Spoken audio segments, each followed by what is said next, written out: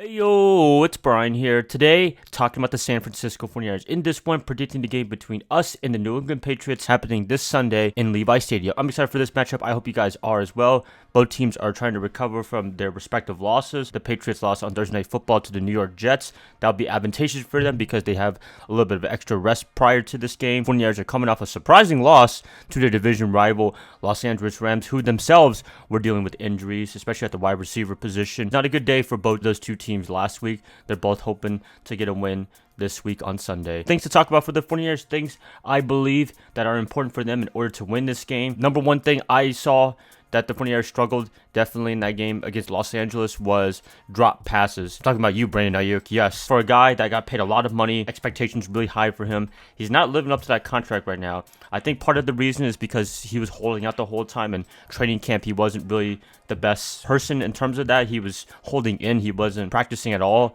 during those sessions. Those are very important. You talk to any NFL player, training camp is a very essential part of your offseason program in order to get ready for the regular season. If you're not there, bad things can happen. You look at Nick Bosa last year. It took him almost half the year to even get back to what he was in the previous years because he held out for his contract early on in 2023. We're seeing the same thing with Brandon Ayuk. Do I expect him to get better?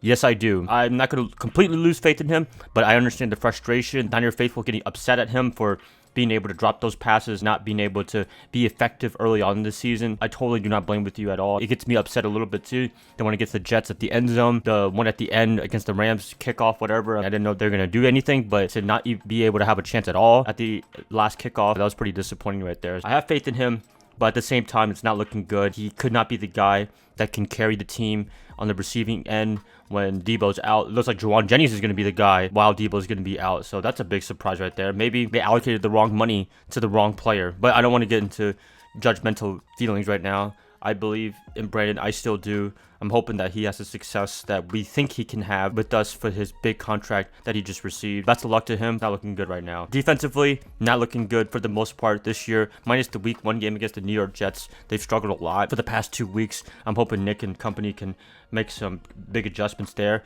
Brandon Staley is also on our coaching staff, the assistant head coach. Does he have any influence? A lot of you guys were mentioning that. I don't know. I hope not, to be honest with you, because he was terrible in Los Angeles last year and the previous few years. He was the head coach. You look at Jim Harbaugh, what they've done. Jesse Minter, the defensive coordinator for the Chargers, they've done an awesome job in Los Angeles so far. They've been mostly dominant, minus the game against the Steelers on Sunday.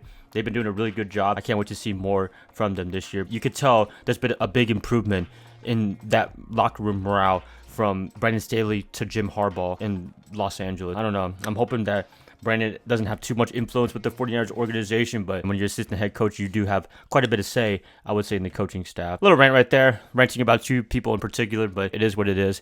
Back to the game. 49ers, I expect them to rebound in this game. I don't think they're going to go to that 3-game losing streak. The Patriots, they have some struggles as well. Offensive line is their big issue. They got absolutely mauled by the New York Jets. They could not just do anything in Thursday Night Football because that O-line was so bad for them. Jacoby Brissett was taking a beating. Drake May was playing a little bit, and he was taking a bit of a beating too. They're doing the right approach by just benching him the whole year. Hopefully he could play next year and do well. You know, it'd be like Bryce Young, where his confidence is just shot right now. Now Andy Dalton's playing really well in Carolina. That's just something to look forward to. If you're the Patriots, do it right. Play the whole year out. Take a loss. Hopefully next year Drake May could be available, ready to play by week 1 by then. You don't want to put him in too early and his confidence is shot just like Bryce Young. That's just me right there. Hey, I don't know how to run a team, right? 49ers defense improves. Hopefully the receivers get better. Ronnie Bell, another victim or suspect, I should say, in the 49ers losing streak a little bit. Hopefully he gets improvement. A lot of you guys want him cut. You guys say that he sucks, but hey, he's still on the team. Coaching staff, hopefully they're doing their best to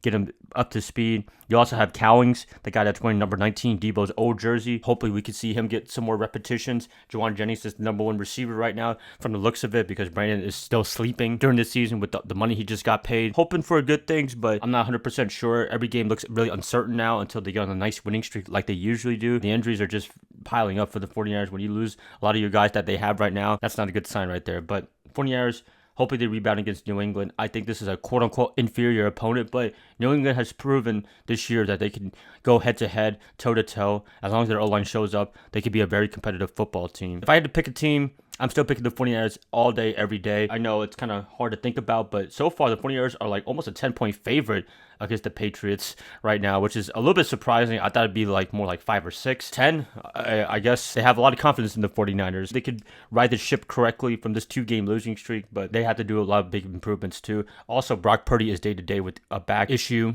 which is not good right there, but I believe he'll be okay for this game. He'll be available to play. Not the greatest luck with the 49ers in terms of injuries, right? I'm hoping that they can get through this in terms of adversity. They have been for the past few years. It just comes a time like 2020 where the injuries just pile up so much.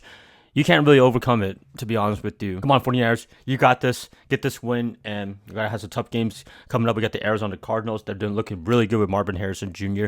I believe Seattle in like 2 weeks on Thursday Night Football. That game I'm excited for as well. They're playing really good football. This NFC West is very competitive. It's not like the 49ers are just going to run away with the division like they have been for the past year or two now. They're going to have to step up their game big time. That's it, guys. Please let me know what you guys think about the 49ers and Patriots game. Who do you have winning this game? Please let me know in the comments below. If you guys like this per usual, support my channel as always. Hope to catch you guys up later on this week when I talk more about the 49ers. Bye, guys. Love you guys as always. Go Niners all day.